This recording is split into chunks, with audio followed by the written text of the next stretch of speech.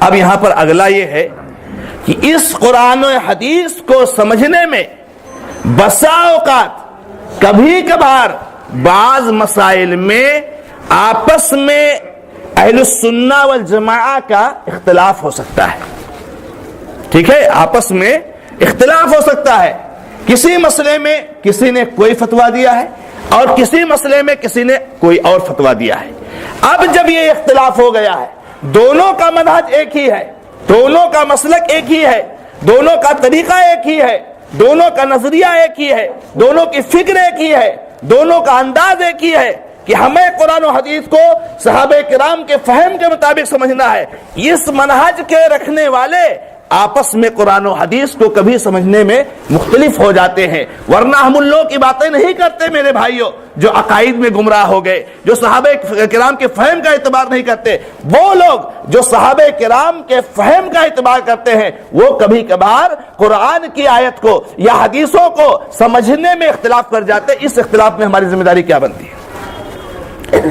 اب اگر آپ چاہیں تو ایک دو مثالیں مطلب دے دی جائیں کہ بہت سارے ایسے مسائل ہیں, بہت سارے مسائل ہیں.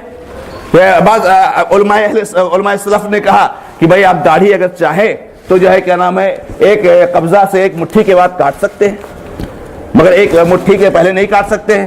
بعض علماء سلف نے کہا کہ جو ہے نہیں داڑھی کو بالکل نہیں کاٹ سکتے, آپ کو داڑھی کو چھوڑ دینا ہے, داڑھی پر قینچی لگانا حرام ہے.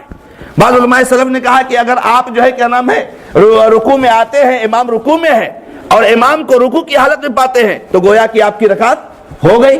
بعض علماء نے کہا کہ نہیں, رکوع اگر پاتے ہیں آپ نے سورہ فاتحہ نہیں پڑھی تو آپ کی رکعت نہیں ہوئی. بعض علماء نے کہا کہ جب آپ رکوع کر لیتے ہیں, رکوع کرنے کے بعد آپ جب کھڑے ہوتے ہیں تو اپنے ہاتھ کو باندھ لیجئے جیسے کہ آپ غزل میں دیکھتے ہوں گے.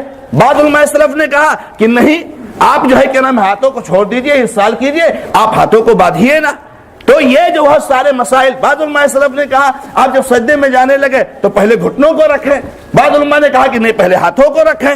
اس طرح کے بہت سارے مسائل ہیں میرے بھائیوں کہ جس میں علماء سلف کا فہم یہ مختلف ہو گیا ہے. اب اس میں ہماری اور آپ کی ذمہ داری کیا بنتی ہے, اسی کو سمجھانے کے لیے یہ جو ہے موضوع رکھا گیا ہے. اور یہ آج کے زمانے میں سمجھنا بہت ضروری ہے. کیوں سمجھنا بہت ضروری ہے؟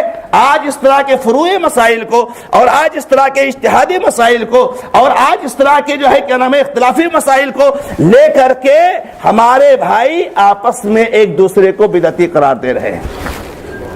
ہمارے بھائی آپس میں ایک دوسرے کو فاسق قرار دے رہے ہیں. نعوذ باللہ بات یہاں تک پہنچتی ہے کہ ہمارا ایک بھائی اپنے اسی عقیدہ پر چلنے والے بھائی کو کافر بھی قرار دیتا ہے. نعوذ باللہ یہ ایسا بھی ہوتا ہے, ایسا بھی ہوتا ہے. جب اختلاف کی بات کہی جاتی ہے اور یہ ہم اپنے مسلمان بھائیوں کو سمجھاتے ہیں کہ میرے بھائیوں میرے بزرگوں دیکھو اختلاف نہ کرو, آپس میں اختلاف نہ کرو, آپس میں بھائی بھائی بن کر کے رہو. دینی مسائل کے اندر, عقائد کے مسائل کے اندر, فقہ و معاملات کے مسائل کے اندر آپس میں ایک دوسرے کے ساتھ اختلاف نہ کرو. تو لوگ کہتے ہیں اختلاف سے کیوں منع کرتے ہو, اختلاف سے کیوں منع کرتے ہو, اختلاف سے کیوں روکتے ہیں آپ؟ اختلافات تو ہر دور میں رہے ہیں. کتنا بڑا شبہ ہے. کیا کہتے ہیں وہ؟ اختلافات تو ہر دور میں رہے ہیں اور اختلافات تو نبی کریم صلی اللہ علیہ وسلم کے زمانے میں بھی رہے ہیں, صحابہ کرام کے زمانے میں بھی رہے ہیں. صحابہ کرام میں بھی بہت سارے مسائل میں اختلافات تھے.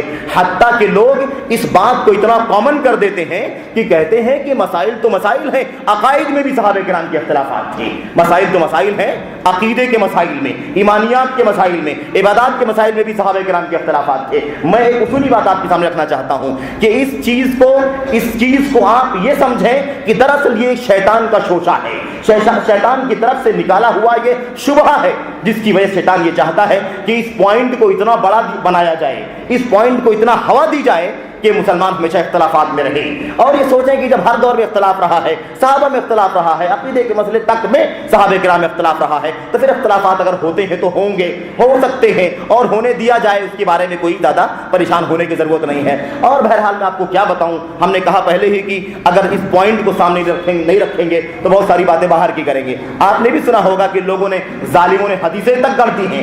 ظالموں نے حدیث کر دی ہے کیا؟ اختلاف امتی رحمہ,